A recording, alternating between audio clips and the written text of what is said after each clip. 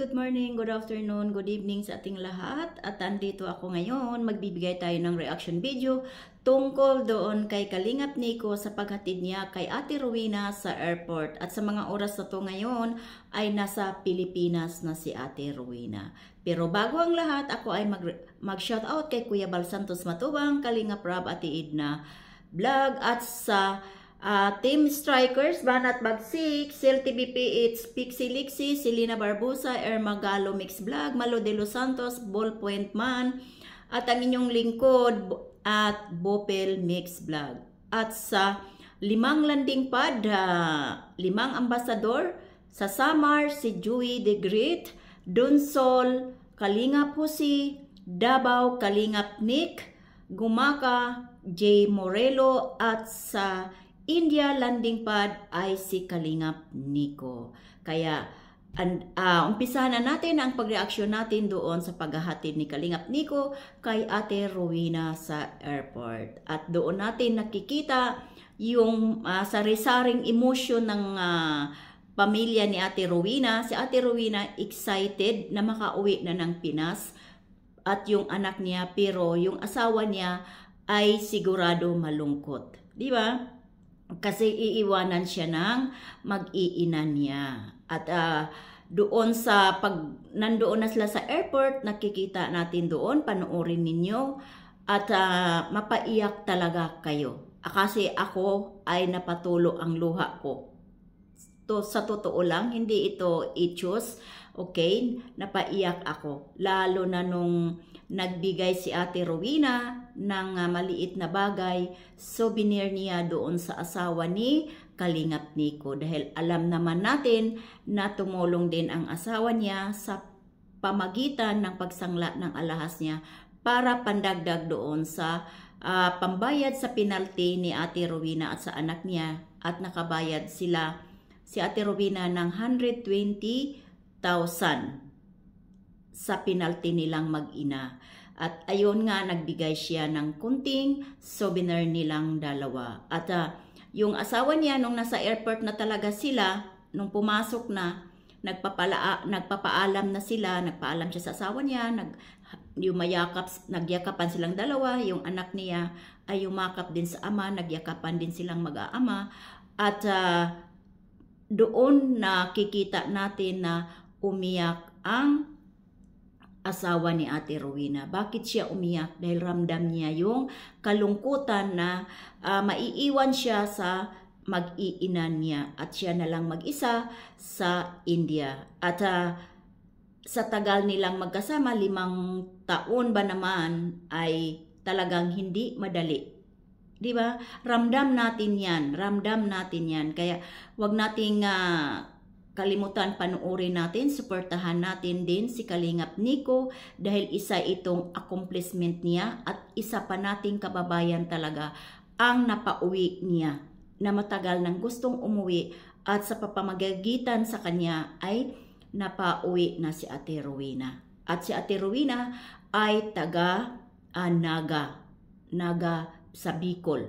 Kaya Kuya Kalingap Nico, maraming salamat. Malaki itong accomplishment mo. Talagang pinauwi mo, na tulungan mo makauwi ang aming kababayan sa Pilipinas.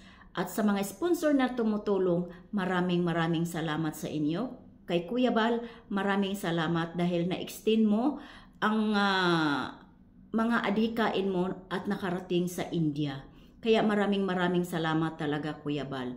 At sa mga Kalingap partners na talagang naglingap sa ating mga kababayan na nasa laylayan ng lipunan, maraming salamat din sa inyo at huwag kayong mawalan ng pag-asa dahil darating din ang panahon para sa inyo na magbo-boom yung channel ninyo. Sa panahon yan, panahon lang naman yan dahil ang buhay natin ay parang gulong lang, di ba?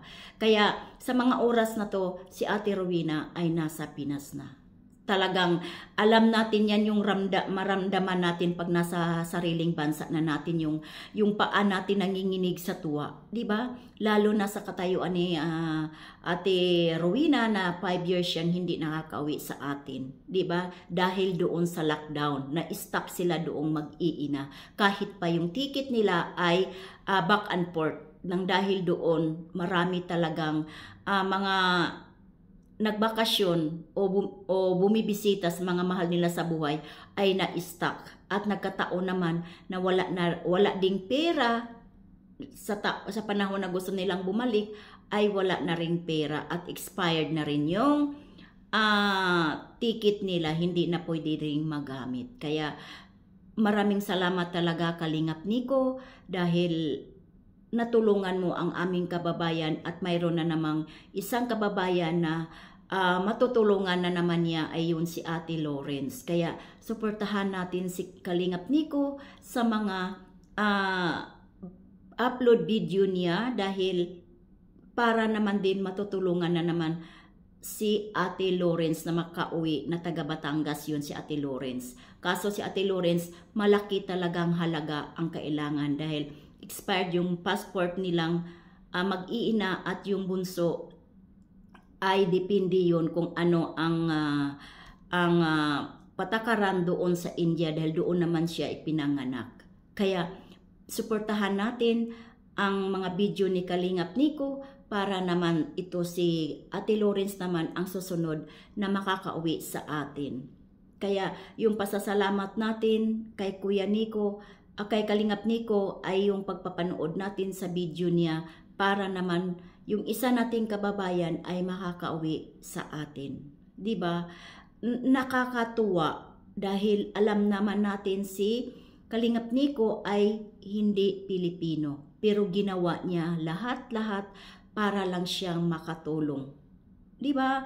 Doon pa lang sa asawa niya, mayroon ding pusong pagtulong, dahil pumayag siyang isangla yung mga alahas niya. 'Di ba? Malaki ding halaga 'yon, 60,000 ang inabot ng pera na nasangla doon sa alahas ng asawa ni Kalingap Nico. 'Di ba? Kaya suportahan natin talaga yung mga Kalingap partners, mga ambasador, dahil ang laking tulong para sa ating mga kababayan na nasa sa laylayan ng lipunan, at nakatulong tayo sila sa adhikain talaga ni Kuya Bal. Yun ang pinaka-importante. Walang nakagawa ng ganito tulad nito kundi si Kuya Bal lang. At na-extend hanggang nakarating sa India. Malaking bagay talaga ito, kaya wag nating kalimutan na suportahan ang mga Kalingap partners na nakikita natin na talagang naglilingap sa ating mga kababayan. At sa mga sponsor, talagang malaking tulong kayo din sa mga vloggers, sa mga sponsor na talagang tumutulong ng walang ingay, walang maraming chat-chat, nakaka-encourage kayo sa iba na tumulong kung mayroon mang mga extra na blessing. 'Di ba? Kaya Ate Rowena, pagdating mo ng Pinas, huwag mong kalimutan na kumunta kay Kalingap Nico, at ingatan mo ang sarili mo, dahil ikaw ay may sakit din. 'Di ba? At kaya sila din nagmamadali, kahit pumayag na rin sila na mura lang ang ticket, dahil ang hinahabol nila yung pag-enroll ng anak niya. Dahil mas gusto pa niya na yung anak niya ay mag-aaral sa Pinas, dahil nga doon sa India daw, pag sa private school ay mahal. Totoo naman talaga. Mahal sa ibang bansa magpaaral kumpara sa atin. 'Di ba?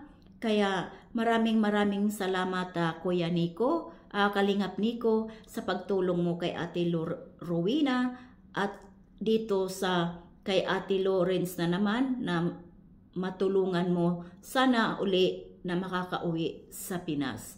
Kaya maraming salamat uli. Hanggang dito na lang, at suportahan natin lahat ng mga ambassador, 5 landing pad ng Kalingap at kay Kuya Bal. Bye-bye at see you in next upload. God bless sa ating lahat.